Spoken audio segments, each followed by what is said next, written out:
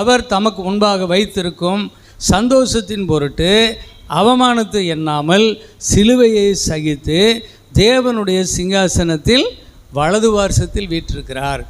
இதை கொஞ்சம் கவனிங்க ஆழமாக. இயேசு கிறிஸ்து அவமானத்தை சிலுவையிலே சுமந்தார். சிலுவை ஒரு மிகப்பெரிய ஒரு அவமானத்தை இயேசுவுக்கு கொடுத்தது. இதை கொஞ்சம் கவனிங்க தயவுசெய்து. இன்றைக்கி அவமானம் இல்லாத மனிதனே கிடையாது. அவமானப்படாதவன் யாருமே இல்லை, இல்லைங்களா? அவமானத்தின் கொடூர உச்சத்தில் தான் ஒவ்வொரு மனுஷனும் இன்றைக்கு உலகத்தில் வாழ்ந்துட்டுருக்குறோம். பாருங்கள், இயேசுவை பார்த்தீங்கன்னா அப்போஸ்தலர் 10:38 சொல்லுகிறது, அவர் நன்மை செய்கிறவராயும் பிசாசின் வல்லமையில் அகப்பட்ட யாவரையும் விடுவிக்கிறவராகவும் அவர் சுற்றி திரிந்தார். ஆமாம், அவர்கிட்ட எந்த தீமையுமே இல்லை. நன்மையே செய்தவர், மக்களுக்கு நன்மை செய்தவருக்கு வியாதி நீக்கி சுகம் தந்து அப்பம் தண்ணீர் ஆகாரம் எல்லாம் கொடுத்து மக்களை போஷித்து காப்பாற்றி கொண்டிருந்த ஒரு தீமையறியாத நன்மை செய்தவருக்கு இந்த உலகம் அவருக்கு என்ன கொடுத்துச்சு? மிகப்பெரிய அவமானத்தை கொடுத்தது. அவர் அவமானத்தை ஏற்றுக்கொள்கிறார். இன்றைக்கி நம்மளையெல்லாம் பார்த்தோம்னா சாதாரணமாக ஒரு மனுஷன் மேலே, என் மேலேயும் சரி உங்கள் மேலேயும் சரி, சாதாரணமாக ஒரு 10 குற்றங்கள் சாட்டிடலாம், 10 தவறுகளை சொல்லிடலாம். இன்னும் ஒன்று இருக்குது, மேக்னிஃபை கிளாஸ்னு ஒன்று இருக்குது. அதன் மூலமாக பார்த்தா ஒரு 1000 குற்றங்களை ஒவ்வொருத்தர் மேலேயும் சுமக்கலாம். அப்படிப்பட்டவங்க நம்ம. அப்படிப்பட்டவர்களாக இருக்கிற நாமளே ஒரு அவமானம் நமக்கு வந்துச்சுன்னா ஐயோ செத்தே போயிடலான் இருக்குது, அந்த மாதிரி இருக்குது. ஆனால் இந்த இயேசு ஒரு குற்றம் செய்யலையே, அவர் வாயிலிருந்து வஞ்சனை காணப்படவில்லையே, அவர் பாடுபடும்போது பயமுறுத்தவில்லையே, ஒரு பாவம் ஒரு தவறும் செய்யாதவர் இன்றைக்கு என்ன செய்கிறாரு? மிகப்பெரிய ஒரு பாவியாக சிலுவையிலே அறையப்பட்டு துக்கங்களை பாடு வேதனைகளை அவர் சுமந்துட்டு இருக்கிறார்ல. நீங்கள் பாருங்கள், அது எவ்வளவு கஷ்டம். அவரை பிடிச்சு அவரை கன்னத்தில் அடித்து காரி துப்பி அவருடைய வஸ்திரங்களை எல்லாம் களைந்து போட்டு அவரை நிர்வாணமாக்கி முள்முடி வச்சு அவரை கோலால் தலையில் அடித்து வாரில் அடித்து ஆணிகளால் அடித்து பல அவதூறான கேலி வார்த்தைகளை சொல்லி அவரை அசிங்கப்படுத்திக்கிட்டே இருக்கிறாங்க. இவ்வளோ பாடுகளையும் அவர் சிலுவையில் அவர் ஏற்றுக்கிட்டார். ஆனால் அதில் ஒரு வார்த்தை சொல்கிறார், ஏற்றுக்கிட்டார். அவர் இது இல்லைன்னு சொல்ல முடியாது, அவ்வளவையும் அவர் ஏற்றுக்கிட்டு அவமானத்தை எண்ணாமல் அதை சகித்தார் அப்படின்றதில்ல. அதை கொஞ்சம் யோசிக்கணும். அவமானத்தை எண்ணாமல்னா ஐயோ எனக்கு இது மிகப்பெரிய அவமானம் அப்படின்னு சொல்லி இது வேண்டான்னு சொல்லாமல் அதை ஏற்றுக்கிட்டு அதை எண்ணாமல் அதை சகிச்சுக்கிட்டே இருக்கிறாரு அப்படின்னு சொன்னால் என்னன்னு கேட்கணும். அங்கே அடுத்த வார்த்தை அங்கே சொல்லுது, தனக்கு முன் வைத்திருக்கிற சந்தோஷத்தின் பொருட்டு அவர் அதை ஏற்றுக்கொண்டார் அப்படின்னு இருக்குது. ஆனால் இப்போ அவர் எங்கே இருக்கிறாரு? பிதாவின் வலது வருஷத்தில் இருக்கிறார், மகிமையில் இருக்கிறார். அது பிரச்சனை இல்லை. நான் கூட இந்த வசனத்தில் என்ன நினச்சேன், தனக்கு முன் வைத்திருக்கிற சந்தோஷத்தின் பொருட்டு அப்படின்னு சொன்னால் அவர் பிதாவின் வலது வருஷத்திலே போய் உட்கார்றதை பற்றி சொல்கிறாரு. இதெல்லாம் முடிச்சுட்டு வந்தால் பிதாவின் வலது வருஷத்தில் அவர் உட்காருவார். அதுக்காகத்தான் அவர் இவ்வளோ பாடுபட்டார் அப்படின்னு நினச்சி நானும் பல பைபிள் எத்தனையோ 100கணக்கான முறை படிச்சுட்டேன். இந்த வசனம்லாம் அர்த்தமே புரியல. ஆனால் அருமையான தேவ பிள்ளைகளே, அவருக்கு மகிமை தேவைப்படலை. அவர் ஏற்கனவே மகிமையானவர் தான். அவர் ஏற்கனவே மகிமையில் இருந்தவர். பிதாவின் வலது வருஷத்தில் அவர் மடியில் செல்லப்பிள்ளையாக இருந்தவர் என்று எழுதியிருக்கிறது. அவருக்கு மகிமை தேவைப்படலை. அந்த மகிமைக்காக இந்த அவமானத்தை அவர் சுமக்கிறதுக்கு வரல. அருமையான தேவ பிள்ளைகளை, இங்கே ஒரு கூட்ட மக்கள் மகிமை இழந்து அழகு இழந்து அவமானத்திலும் நிந்தையிலும் மூழ்கி அமிழ்ந்து கொண்டிருக்கிற ஒரு கூட்டம் மனித குலம் இருக்குது. ஆதாமின் வீழ்ந்து போன சந்ததி இருக்குது. இந்த மனித குலத்தின் மேல் இருக்கிற அவமானத்தை நீக்குவதற்காகத்தான், அவர்கள் மேல் இருக்கிற இந்த நிந்தையை நீக்குவதற்காகத்தான் இவர் அதை ஏற்றுக்கொள்ள வேண்டிய அவசியம் இருந்தது. இவர் அதை ஏற்றுக்கொள்வாரே ஆனால் மனுக்குலத்தின் மேல் இருக்கிற அவமானம் நீங்கிவிடும். இதெல்லாம் இருக்குதாயா நீ சொல்கிறதெல்லாம் அப்படின்னு கேட்குறீங்கள. இப்போ நான் காட்டுறேன் பாருங்கள், ஒரு வசனம் படிங்க. எபிரேயர் புஸ்தகம் 2ஆம் அதிகாரம் 10ஆம் வசனம் படிங்க. ஏனென்றால் தமக்காகவும் தம்மாலேயும் சகலத்தையும் உண்டாக்கினவர் அநேகம் பிள்ளைகளை மகிமையில் கொண்டு வந்து சேர்க்கையில் அவர்களுடைய இரட்சிப்பின் அதிபதியை உபத்திரவங்களினாலே பூரணப்படுத்துகிறது அவருக்கு ஏற்றதாய் இருந்தது. Praise the Lord. கவனிச்சிங்களா? ஏனெனில் தமக்காகவும் தம்மாலேயும் சகலத்தையும் உண்டாக்கினவர் அநேகம் பிள்ளைகளை மகிமையிலே கொண்டு வந்து சேர்க்கையில் அவர்களுடைய இரட்சிப்பின் அதிபதியை உபத்திரவங்களினாலே பூரணப்படுத்துகிறது அவருக்கு ஏற்றதாய் இருந்தது.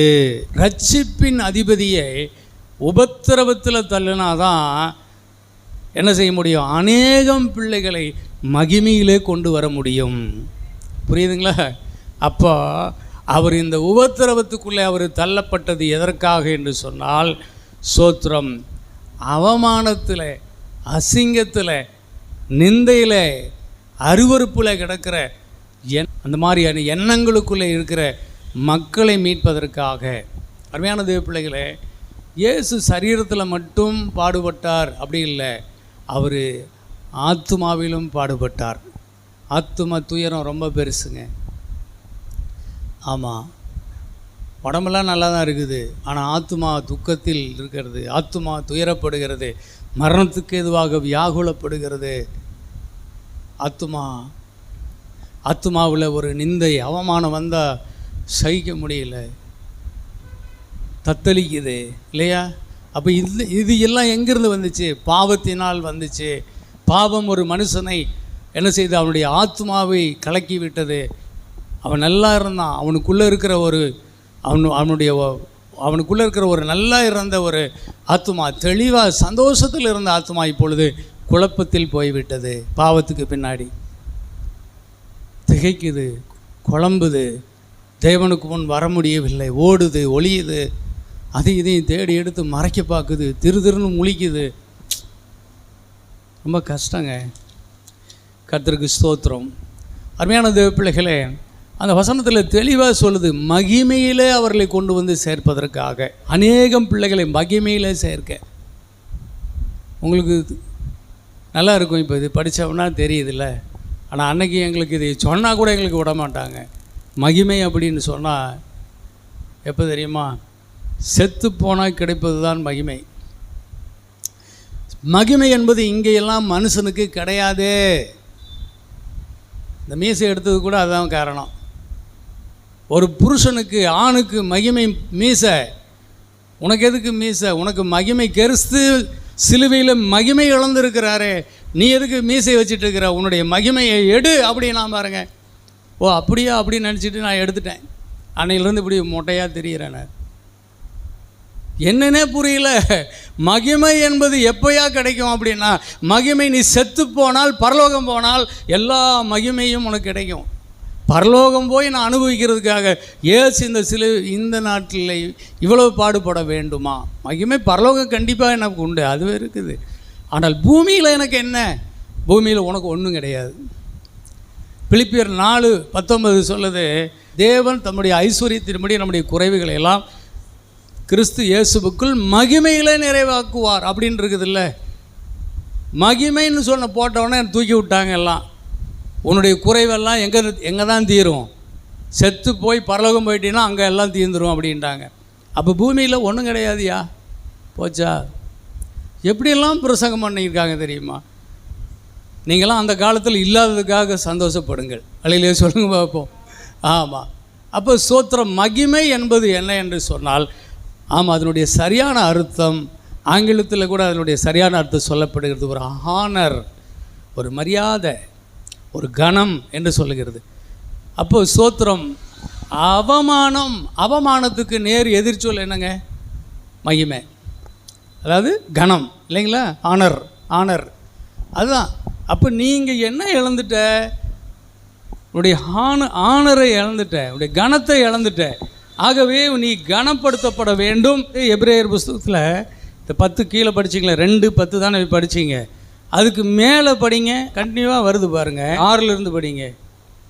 ஒரு இடத்திலே ஒருவன் சாட்சியாக மனுஷனை நீர் நினைக்கிறதற்கும் மனுஷனுடைய குமாரனை நீர் விசாரிக்கிறதற்கும் அவன் எம்மாத்திரம். அவனை தேவதூதரிலும் சற்று சிறியவனாக்கினீர். மகிமையினாலும் கனத்தினாலும் அவனுக்கு முடிசூட்டி உம்முடைய கரத்தின் கிரியைகளின் மேல் அவனை அதிகாரியாக வைத்து சகலத்தையும் அவனுடைய பாதங்களுக்கு கீழ்ப்படுத்தினீர் என்று சொன்னான். இது சங்கீதம் 8 எடுங்க. சங்கீதம் 8:4-6 இதே தான். நான் கொஞ்சம் அங்கே பார்த்துட்டு வந்தால் கொஞ்சம் நல்லா இருக்குன்னு நினைக்கிறேன். படிங்க. மனுஷனை நீர் நினைக்கிறதற்கும் மனுஷகுமாரனை நீர் விசாரிக்கிறதற்கும் அவன் எம்மாத்திரம் என்கிறேன். நீர் அவனை தேவதூதரிலும் சற்று சிறியவனாக்கினீர்.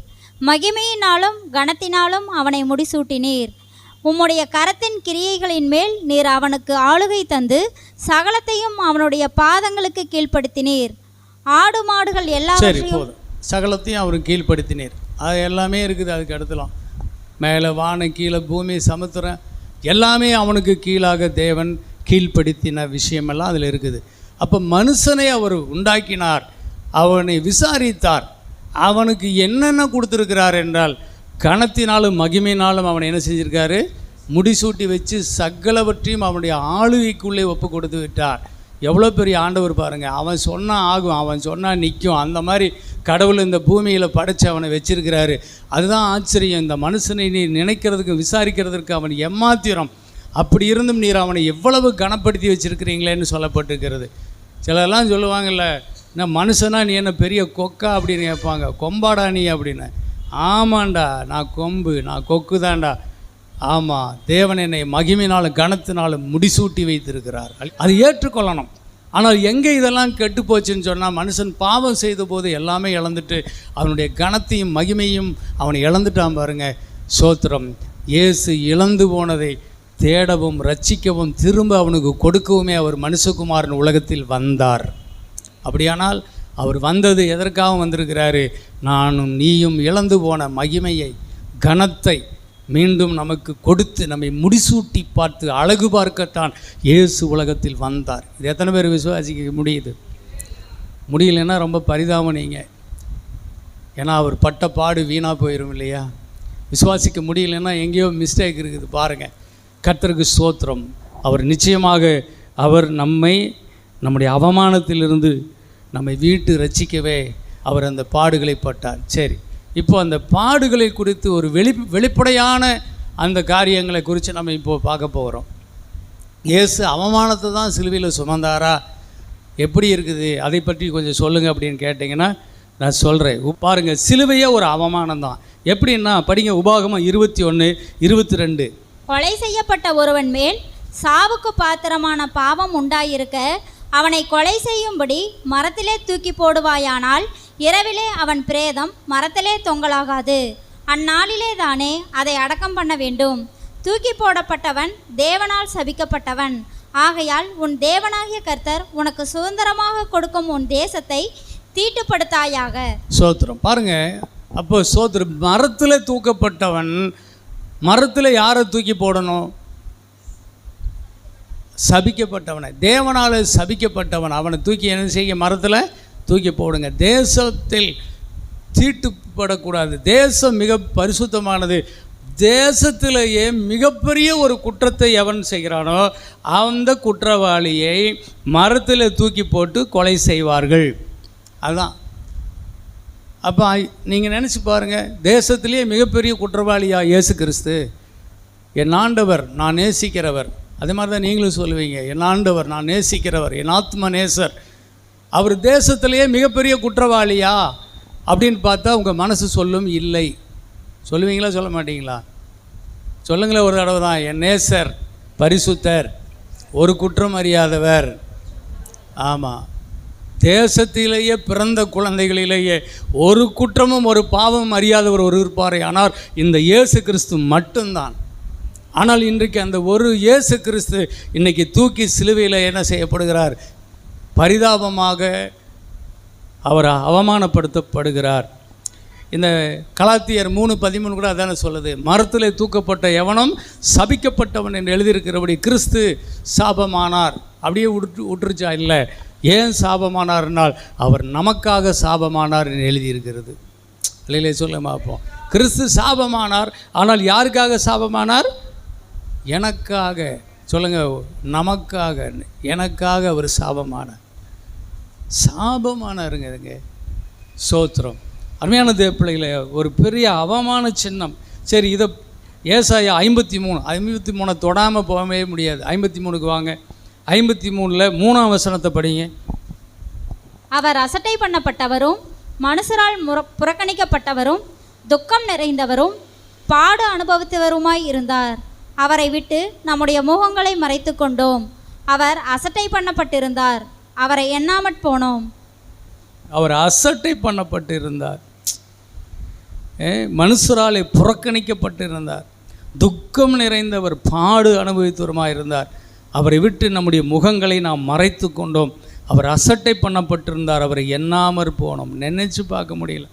ஒரு பொல்லாத ஒரு மனுஷனை போல, இந்த உலகத்தில் வாழவே தகுதியில்லாத ஒரு மனுஷனை போல, ஒரு கேவலமான அருவருப்பான, ஒரு பிச்சைக்காரனை விட அருவருப்பான, ஒரு மகா பெரிய ஒரு கொலைகாரன் போல அருவருப்பான, நீ பண்ணின பாவத்துக்கு உனக்கு சரியான தண்டனைடா அனுபவி அப்படின்னு விட்டுட்டு போகிறதுக்கு அப்படியே பட்டவர் அவர்.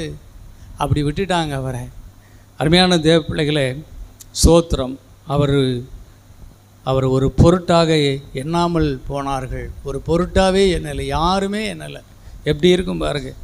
ஏசாயா 53:2 சொல்லுது, அவருக்கு அழகும் இல்லை, சௌந்தரியமும் இல்லை, அவரை பார்க்கும்போது விரும்பத்தக்க ரூபம் அவருக்கு இல்லாமல் இருந்தது. அப்படியே பார்த்தா விரும்பத்தக்க ரூபம் இல்லை, அழகு இல்லை, சௌந்தரியம் இல்லை. பார்த்தா நான் கொஞ்சம் நேரம் பார்க்குற மாதிரியெல்லாம் இல்லை. இன்றைக்கெல்லாம் ஆர்சி சர்ச்சுக்கு போனால் அங்கே ஏசு சிலுவையில் தொங்குற காட்சியை பார்க்கலாம். தலைமுடியில், முள்முடியில் இங்கே ஒரு 2 சொட்டு, கையில் ஒரு 2 சொட்டு தெரியும், விழாவில் ஒரு 2 சொட்டு, காலில் 2 சொட்டு இருக்கும் ரத்தம். பார்த்துக்கிட்டே இருக்கலாம் போல் இருக்கும், பார்த்துக்கிட்டே இருக்கலாம். அப்படியெல்லாம் இல்லைங்க. இயேசு உண்மையாக பார்த்தீங்கன்னா அவரை பார்க்கவே முடியாது, பார்க்கவே முடியாது. எல்லாம் கிழிஞ்சு தொங்குது, அடித்து சதையெல்லாம் பிஞ்சு தொங்குது. அந்த ஒக்கே அடைந்திருந்தார். பார்க்கும்போது விரும்பத்தக்க ரூபம் அவருக்கு இல்லை. என்னங்க அது? என்னங்க செய்தார் அவர்? என்ன செய்தார் சொல்லுங்க பார்ப்போம். கோர காட்சிங்க, கோர காட்சி. அருமையான தேவ பிள்ளைகளே, புதிய ஏற்பாட்டில் அவர் சிலுவையில் அறையப்பட்ட சம்பவங்கள் நிறைய டெஃபினட்டாக கிளியராக இருக்குது. ஆனால் அவர் இந்த மாதிரி ஒரு அசிங்கப்படுத்திய அருவருப்பான விதத்தில் அவர் மனதளவிலும் சரீரத்திலும் அவர் இப்படி கிழிக்கப்பட்டு மரித்தார் என்ற அந்த கோர காட்சியை புதிய ஏற்பாட்டு எழுதினவர்கள் வர்ணிக்கவே இல்லை. ஒருவேளை அதனால தான் அவங்க இங்கே 2 சொட்டு அங்கே 2 சொட்டு ரத்தத்தை காட்டி சித்திரங்கள், படங்கள், சிலைகள் வடித்துட்டு இருக்கிறாங்கன்னு நினைக்கிறேன். அவங்க ஏன் அப்படி செய்கிறாங்க, ஏன் அப்படி சொல்லலை அப்படின்னு சொன்னால், எல்லாமே பழைய ஏற்பாட்டில் இருக்கிறது. எல்லாமே எங்கே இருக்குதுங்க? பழைய ஏற்பாட்டில் இருக்குது. பழைய ஏற்பாடு இல்லாமல் புதிய ஏற்பாடு இல்லை. சரி, இப்போ பழைய ஏற்பாட்டில் இந்த இயேசு கிறிஸ்துவினுடைய பாடுகளை குறித்து படிக்கலாம். அதில் சங்கீதம் 69:7 அதில் சொல்லியிருக்கிறது, அவர் தாவீது தான் இந்த சங்கீதத்தை எழுதுகிறாரு, பேசுகிறாரு, தீர்க்கதரிசி. ஆனால் தனக்கு வந்த மாதிரியே சொல்லுவார் பாருங்கள். சங்கீதம் 69:7 படிங்க. உமது நிமித்தம் நிந்தையை சகித்தேன், இலச்சை என் முகத்தை மூடிற்று. உமது நிமித்தம் நிந்தையை சகித்தேன். நிந்தை ரிப்போர்ட்ஸ் அப்படின்னு சொல்லி ஆங்கிலத்தில் சொல்லப்படுது. நிந்தையை சகித்தேன், லச்சை என்னை மூடிற்று. லச்சை தான் அந்த வார்த்தைக்கு அவமானம் என்று எழுதப்பட்டிருக்கிறது. அவமானம், அது என் முகத்தை மூடிற்று. அது மூடுது. அது அப்படியே அவமானப்பட்டவங்க பாருங்கள், நேராக நம்மளை நிமிர்ந்து பார்க்க மாட்டாங்க. நாம் பார்க்குறது ஒரு பக்கம் இருக்கட்டும், அவமானத்தில் இருக்கிறவங்க கூனி குறுகி தான் போயிருப்பாங்க, தலையை நிமிர்த்த மாட்டாங்க, ஏறெடுத்து பார்க்க முடியாது. இயேசு ஏறெடுத்து பார்க்க முடியாதவராய் இருந்தார். அவ்வளோ அவமானம். சங்கீதம் அதே சங்கீதத்தில் 1-2 படிக்கும்போது, தேவனே என்னை இரட்சியும், வெள்ளங்கள் என் ஆத்துமா மட்டும் பெருகி வருகிறது. 2ஆம் வசனத்தில், ஆழமான உலையில் அமிழ்ந்திருக்கிறேன், நிற்க நிலை இல்லை, நிலையில்லாத ஜலத்தில் அமிழ்ந்து இருக்கிறேன், வெள்ளங்கள் என்மேல் புரண்டு போகிறது. இந்த பாவத்தை அவர் சுமக்கும்போது அந்த பாவம் என்கின்ற கடல் ஆழம், அப்படியே மரணம் அவரை இழுத்துட்டு போகுதா. உளையான சேற்றில் அமிழ்ந்திருக்கிறேன், நிலையில்லாதிருக்கிறேன், ஜலத்தில் ஆழ்ந்திருக்கிறேன், வெள்ளங்கள் என்மேல் புரண்டு போகிறது, என்னை மீட்டு கொள்ளுவர்கள் ஒருவருமே இல்லை. 4ஆம் வசனத்தில் வாசிக்கிறோம், நிமித்தம் இல்லாமல் என்னை பகைக்கிறவர்கள் தலைமயிரிலும் அதிகமாக இருக்கிறார்கள், வீணாக எனக்கு சத்துருக்களாகி என்னை சங்கரிக்க வேண்டும் என்று இருக்கிறார்கள், நான் எடுத்துக்கொள்ளாததை என்னிடத்திலே கேட்கிறார்கள், நான் கொடுக்க வேண்டியதாக இருக்கிறது. இதே தான் அப்படியே அப்போது யோவான் 15:25 இதே வசனத்தை தான் மேற்கோள் காட்டுறாரு யோவான். முகாந்தரம் இல்லாமல் என்னை பகைத்தார்கள் என்று எழுதியிருக்கிற வேத வாக்கியம் நிறைவேறும்படி அப்படி ஆயிற்று. சங்கீதம் 69 தான் நினைவு கூறுகிறார்கள். ஒவ்வொரு சம்பவம் இங்கே நடக்கும்போதெல்லாம் எங்கே போகுது? மைண்டு பழைய ஏற்பாட்டில் போகுது. 69:8 வாசிக்கிறோம், சகோதரருக்கு வேற்று மனுஷனும் என் தாயின் பிள்ளைகளுக்கு அந்நியனுமானேன் அப்படின்னு சொல்கிறார். அதே மார்க் 3:21 வாசிக்கும்போது அவருடைய இனத்தார், அவருடைய சகோதரர்கள் இதை கேட்ட பொழுது அவர் மதிமயங்கி இருக்கிறார் என்று சொல்லி அவரை பிடித்து கொள்ளும்படி வந்தார்கள். யோவான் 7:3-5 வரைக்கும் படிக்கும்போது, அப்பொழுது அவருடைய சகோதரர் அவரை குறித்து, நீர் செய்கிற கிரியைகளை உம்முடைய சீசர்களும் பார்க்கும்படி இவ்விடம் விட்டு யூதேயாவுக்கு போம், பிரபலமாக விரும்புகிற எவனும் அந்தரங்கத்தில் ஒன்றையும் செய்ய மாட்டான், நீர் இப்படிப்பட்டவைகளை செய்தால் உலகுக்கு உம்மை வெளிப்படுத்தும் என்றார்கள். அடுத்த வசனம் சொல்லுது, அவருடைய சகோதரரும் அவரை விசுவாசியாதபடியினால் இப்படி சொன்னார்கள். அப்போது அங்கே பார்க்கும்போது தாவீதுக்கு சொல்கிற மாதிரி இருக்குது, ஆனால் இயேசுவுக்கு தான் இந்த வார்த்தைகள். சங்கீதம் 69:9 வாசிக்கும்போது, உம்முடைய வீட்டை குறித்து உண்டான பக்தி வைராக்கியம் என்னை பட்சித்தது, உம்மை நிந்திக்கிறவர்களுடைய நிந்தை என்மேல் விழுந்தது என்று எழுதியிருக்கிறது. இதே யோவான் 2:17 அதே வசனம் அதை மேற்கோள் காட்டுகிறார்கள். அப்பொழுது உம்முடைய வீட்டை குறித்த பக்தி வைராக்கியம் என்னை பட்சித்தது என்று எழுதியிருக்கிறதை அவருடைய சீசர்கள் நினைவு கூர்ந்தார்கள். அவர் தேவாலயத்தை பரிசுத்தப்படுத்துகிறார்ல, அப்போ தான் அவரை இன்னொரு விதமாய் பார்க்குறாங்க. அவர் வீட்டை குறித்து பக்தி வைராக்கியம் அவரை பட்சித்தது, இவர் தான் மேசியா, பாரு மேசியா சங்கீதம் அது பாரு, இதெல்லாம் பண்ணுறாரு பாரு அப்படின்னு அதை நினைவு கூர்ந்தார்கள். 69:21 வாசிக்கிறோம், என் ஆகாரத்தில் கசப்பு கலந்து கொடுத்தார்கள், என் தாகத்துக்கு காடியை குடிக்க கொடுத்தார்கள். இதை எங்கே நினைவு கூர்றாங்க? மத்தேயு 27:3 பாருங்கள், கசப்பு கலந்த காடியை அவருக்கு குடிக்க கொடுத்தார்கள், அவர் அதை ருசி பார்த்து குடிக்க மனதில்லாதிருந்தார். 27:48 கூட, உடனே அவர்களில் ஒருவன் ஓடி கடற்காலனை எடுத்து காடியிலே தோய்த்து அதை ஒரு கோலில் மாட்டி அவருக்கு குடிக்க கொடுத்தான். பாருங்கள், சிலுவை ஒரு அவமான சின்னம். சிலுவையில் இயேசு மிகப்பெரிய அவமானத்தை அவர் அடைந்தார். ஆத்மா அளவில், சரீரத்தில் மட்டுமல்ல, அவருடைய ஆத்மாவிலும் உண்டான அளவு கடங்காத வலி வேதனையை இயேசு அங்கே சிலுவையிலே சுமந்தார்.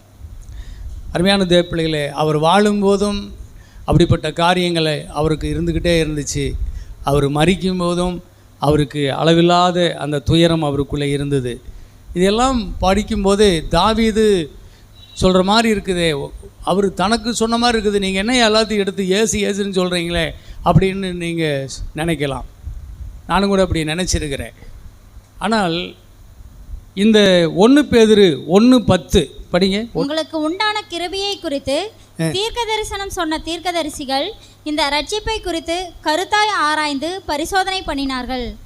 தங்களிலுள்ள கிறிஸ்துவின் ஆவியானவர் கிறிஸ்துவுக்கு உண்டாகும் பாடுகளையும் அவைகளுக்கு பின்வரும் மகிமைகளையும் முன்னறிவித்த போது இன்ன காலத்தை குறித்தார் என்பதையும் அந்த காலத்தின் விசேஷம் இன்னதென்பதையும் ஆராய்ந்தார்கள். என்னன்னா, தாவீது பேசுகிறாரு. ஆனால் தாவீதுக்குள்ளே யார் பேசினார்னு சொல்லிக்கிறாருன்னா, தாவீதுக்குள்ளில் பேசின கிறிஸ்துவின் ஆவியானவர் என்ன செஞ்சாராம்? அவர் தான் தாவீதுக்குள்ளிருந்து பேசுகிறார்.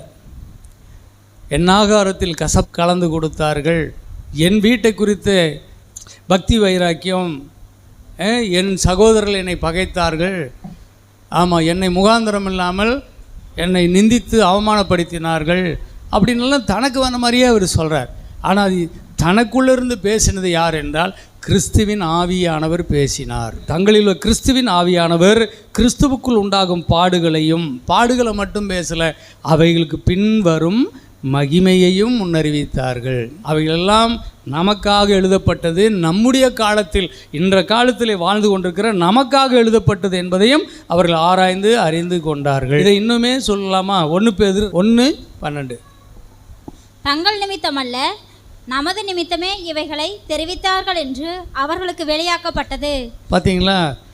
அது அவர்கள் நிமித்தம் அல்ல, அது நமது நிமித்தம். இன்ற காலத்திலே வாழ்ந்து கொண்டிருக்கிற நமக்காக, நம்ம ஒவ்வொருவருக்காகவும் அது எழுதப்பட்டிருக்கிறது. இன்றைக்கி நாம் தான் பாக்கியவான்களாக இருக்கிறோம். இதை தப்பாக புரிஞ்சுக்கிட்டவங்க என்ன செய்கிறாங்க?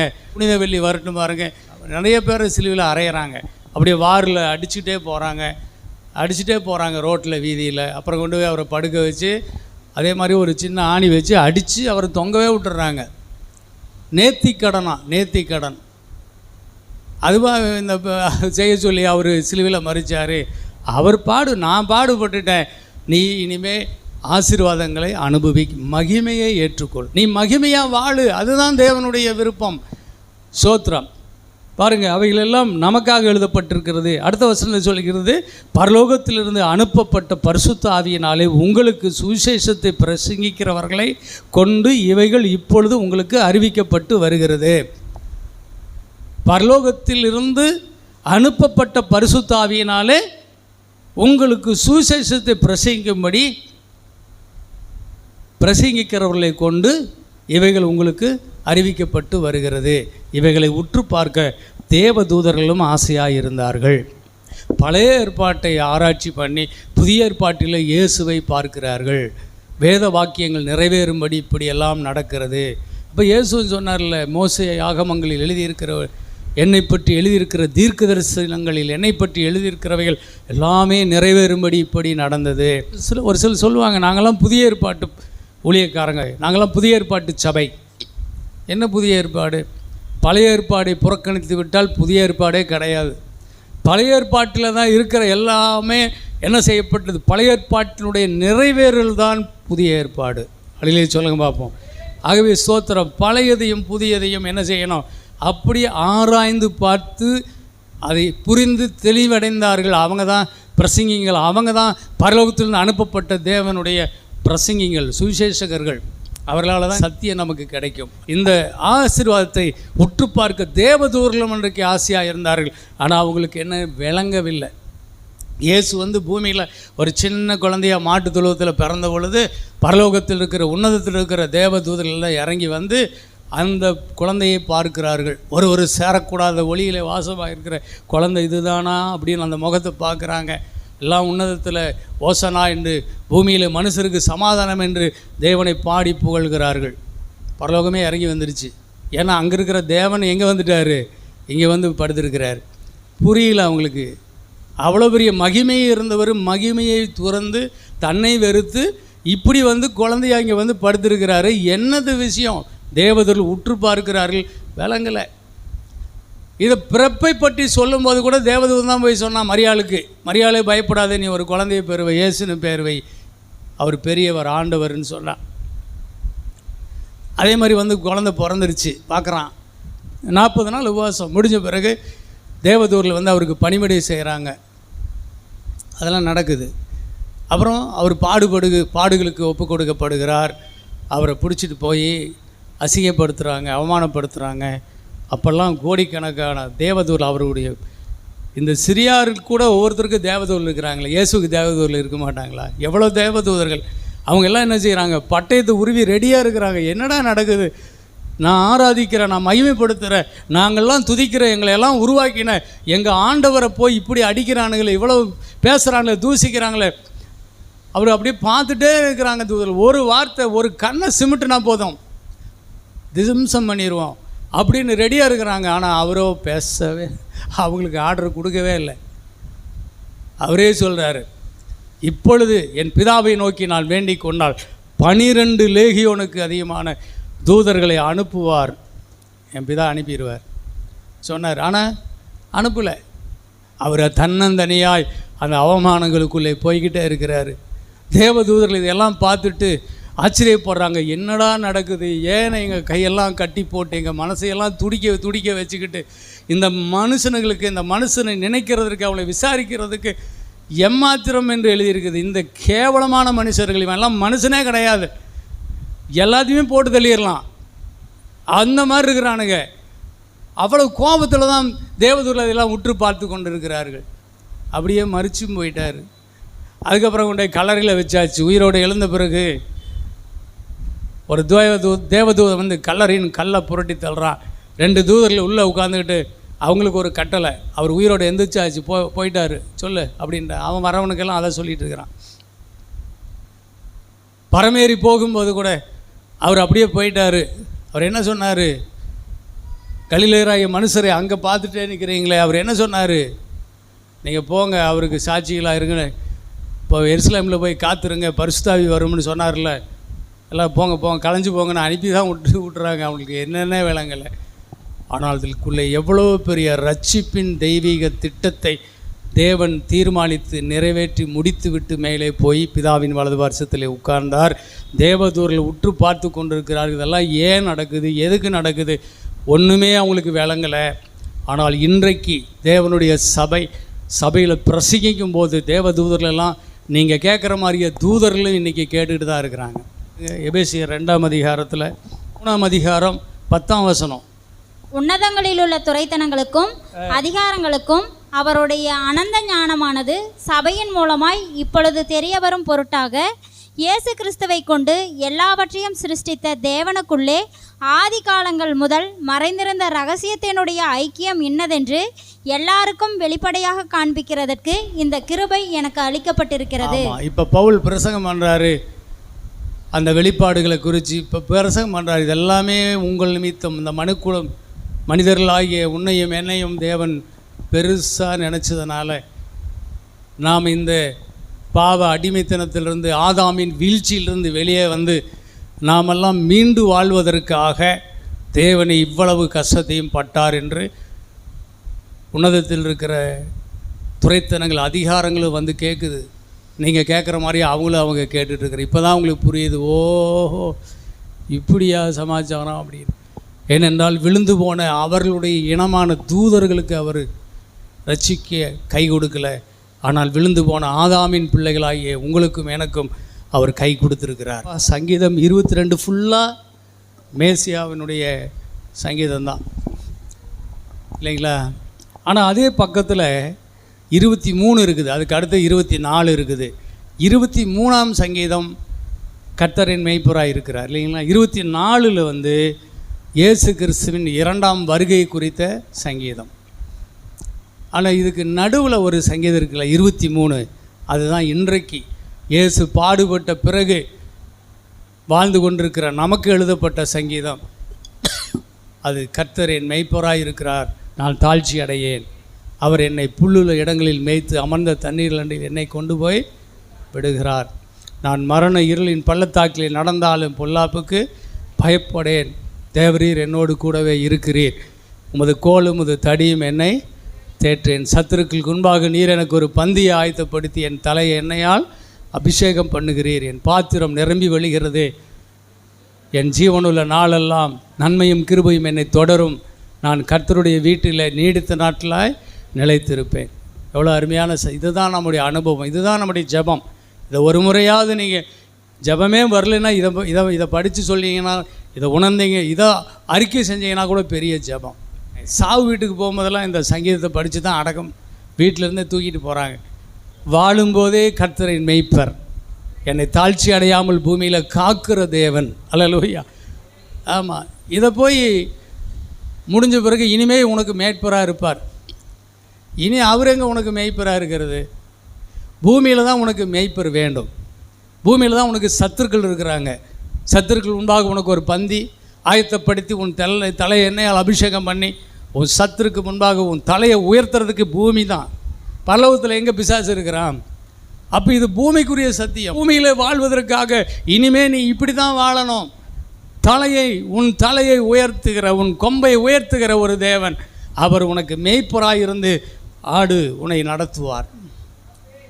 ஆமாம், யோவான் 10ஆம் அதிகாரத்தில் சொல்லியிருக்கிறபடி ஆடு நல்ல மேய்ப்பன் தன் ஆடுகளுக்காக ஜீவனையும் கொடுக்கிறார். யார் கொடுத்தா? அவர் தானே கொடுத்தாரு. ஆமாம், அவர் உன்னை இனி என்ன செய்வார்? மேய்ப்பார். ஆடுகளுக்கு ஓனாய் வருதுன்னு பார்த்துட்டு விட்டுட்டு ஓடுற மேய்ப்பனல்ல அவர். ஓனாயை அடித்து தூள் பண்ணிட்டு ஆட்டுக்குட்டி உன்னை காப்பாற்றுவதற்காக நல்ல மேய்ப்பர் உன்னோடு இருக்கிறார். சங்கீதம் 22:22 சொல்லுது, என் வஸ்திரத்தின் மேலே அவர்கள் சீட்டு போட்டார்கள் என்று எழுதியிருக்குது. இதே மத்தேயு 27:35 சொல்லுது, என் வஸ்திரத்தின் மேல் அவர்கள் சீட்டு போட்டு அதை பங்கிட்டு கொண்டார்கள். போன வாரம் கூட சொன்னல, இயேசு நிர்வாணமாக இருந்தார். ஒரு மனுஷன் 4 வஸ்திரம் போட்டிருப்பான், ஆனாலும் பெண்ணானாலும் சரி, கோட்டு பேண்ட்டு சட்டை பனியனு இல்லைங்களா. ஆனால் எல்லாமே அது மாதிரி தான் அங்கேயும். ஆனால் எல்லாத்தையும் கழட்டிட்டானுங்க, பங்கிட்டுக்கிட்டானுங்க. அந்த ஒரு வஸ்திரம் மட்டும் அவரால் விட்டு கொடுக்க முடியல அவனுங்களுக்கு. அதை என்ன செய்கிறானுங்க? சீட்டு போட்டு எடுத்துக்க. ஏன்னா அது உயர்ந்த வஸ்திரமாக இருந்துச்சு. இயேசு அணிந்திருந்தது. ஆமாம், ஆள் வேணால் அவங்களுக்கு அருவருப்பாக இருக்குது. ஆனால் அவர் போட்டிருக்கிற ட்ரெஸ்ஸு பண்ணிட்டு என்னவா இருக்குது அவனுங்களுக்கு? உயர்ந்த வஸ்திரம்.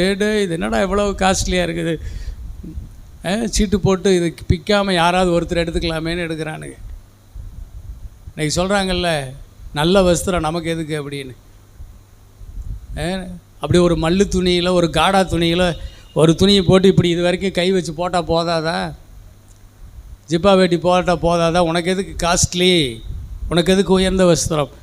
என் ஆண்டவர் இயேசு பூமியில் வாழ்ந்தபோது நல்ல வஸ்திரம் தரித்து தான் இருந்தார். நல்ல வாழ்க்கை வாழ்ந்தால் இன்றைக்கி பிடிக்கல நிறைய பேருக்கு. எதுக்குறாங்கல்ல, நல்ல சோறுதுன்னா பிடிக்காது, நல்ல வஸ்திரம் தரிச்சா பிடிக்காது, அதெல்லாம் இருக்கட்டும். ஆனால் இயேசு சிலுவையில் என்ன ஆகிட்டார்னா நிர்வாணியாய் ஆனார். நிர்வாணம் என்பது மிகப்பெரிய ஒரு அவமானம். அதை தான் சொல்கிறேன். அந்த வஸ்திரத்தையும் பிடுங்கிட்டு நிர்வாணியாக்கி சிலுவையில் தொங்க விட்டாங்க. அங்கே ஆண்களும் இருந்தாங்க கூட, அநேக பெண் பிள்ளைகள், ஸ்திரீகள் கூட அங்கே இருந்தாங்க. பெண்கள் இருக்கிறாங்க. எல்லாருக்கும் முன்பாக, ஆணுக்கும் பெண்ணுக்கும் முன்பாக அவர் நிர்வாணமாக தூக்கி விட்டு அவமானப்படுத்தி அசிங்கப்படுத்தி பார்க்குறாங்கல்ல. இதை விட என்னங்க அவமானம் இருக்குது உலகத்தில்? கருமம், அவ்வளவு அவமானங்க. என்னங்க உச்சம், அவமானத்தின் உச்சத்தை இயேசு சுமந்திருக்கிறார். ஏன் தெரியுமா? நீ கொஞ்சம் கூட இனிமேல் அவமானத்தோடு வாழக்கூடாது. வழியில சொல்லுங்க பார்ப்போம். ஆமேன். எல்லா அவமானத்தையும் அவர் எடுத்துக்கொண்டார் என்று சொன்னால் இனி பூமியில் நீ என்ன செய்ய வேண்டும்? ஆமாம், அவமானத்தை பற்றி பேசாமல் சிறுமை, எளிமையை, ஏழ்மையை, வறுமையை, அப்போ நிந்தையை எல்லாரும் ஏசுவாங்க, தூசுவாங்க, எல்லாத்துக்கும் எப்படியே போகட்டும், அப்படி வாழ்கிறதல்ல. சோத்திரம். இனியாவது தலை நிமிர்ந்து வாழ்.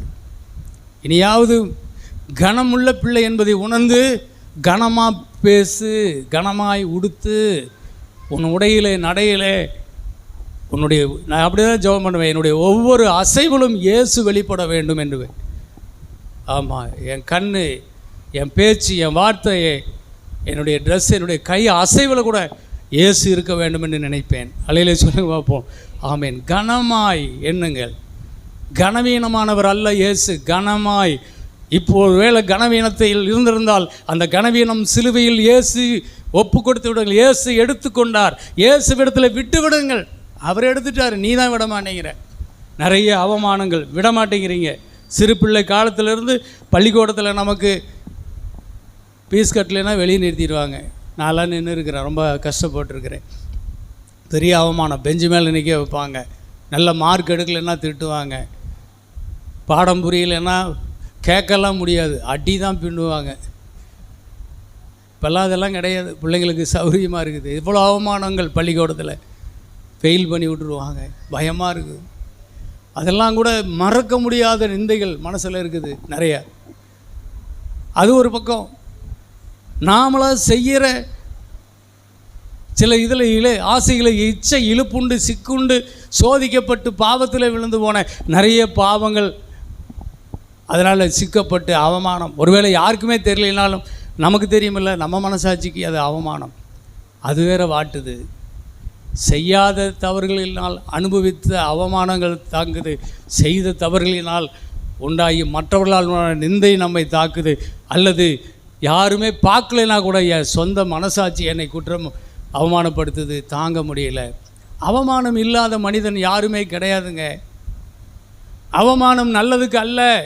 அவமானத்தோடு ஒரு மனிதன் தலை நிமிர்ந்து வாழ முடியாது. அவனுக்கு அவமானம் எப்பொழுதுமே தலை குனிவை உண்டு பண்ணி கொண்டிருக்கும்.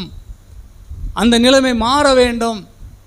இந்த அவமானம் நேற்றா இன்றா நான் எப்போ வந்துச்சு? இது ஆதி காலத்தில் ஆதாம் செய்த போதே இந்த அவமானம் உள்ளே வந்துருச்சு. அதான் பாப உணர்வு உள்ளே வந்துருச்சு. அந்த பாவம் அன்னைக்கு அவனை போய் என்ன செய்யுது? ஓடி ஒளிய வச்சுது. அவன் அத்திலையை கட்டிக்கிட்டான் கூட வெளியில் வர முடியல. ஆண்டவரே வர முடியல. தேவ சமூகத்தை விட்டு ஓடி ஒளிந்து கொண்டான்.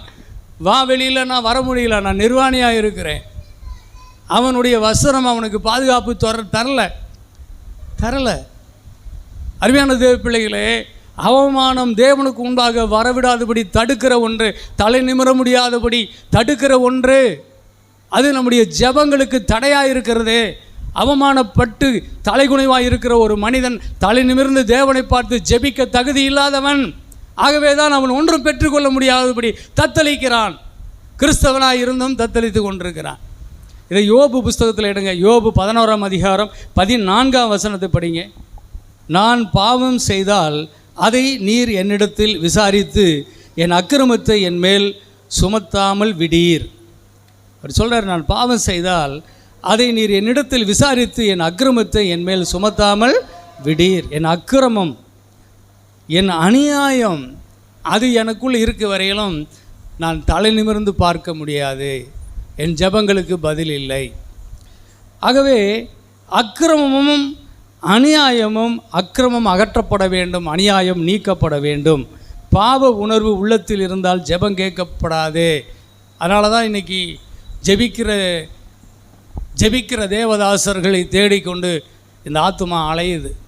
சுவிசேஷங்களை நோக்கி மக்களுடைய உள்ளம் இன்றைக்கி அலையலையாய் ஓடுகிறதற்கு காரணம் என்ன என்றால், இவர்கள் தலை நிமிர்ந்து நிற்கக்கூடிய அளவுக்கு இயேசு சிலுவையில் என்ன செய்திருக்கிறார் என்று ஜனங்களுக்கு அறிய விடாமல் இருப்பது தான். ஜனங்க இதை அறிஞ்சிட்டாங்கன்னா அவங்க நின்ன இடத்துலையே 2 பேர் 3 பேர் கூடினாலே அவர்கள் இடத்துல இயேசு வந்து விடுவார். அவர் ஜெபங்கள் கேட்கப்பட்டு விடும். இதை யோபுல 22, 26 அப்படி படிச்சிங்கன்னா உமது ஜெபம் கேட்கப்படும். அதில் என்ன சொல்கிறாரு? அப்பொழுது சர்வ வல்லவர் மேல் மனமகிழ்ச்சியாக இருந்து தேவனுக்கு நேராக உங்களுடைய முகத்தை ஏறெடுப்பீர். பாவம் மன்னிக்கப்பட்டுருச்சுன்னா இப்போ என்ன செய்வீங்க? சர்வ வல்லவருக்கு முன்பாக நிற்கும்போது உங்களுக்கு அவமானம் இல்லை, மனமகிழ்ச்சியாக இருந்து நீங்கள் தேவனுக்கு முன்பாக உங்களுடைய முகத்தை ஏறெடுப்பீர்கள்.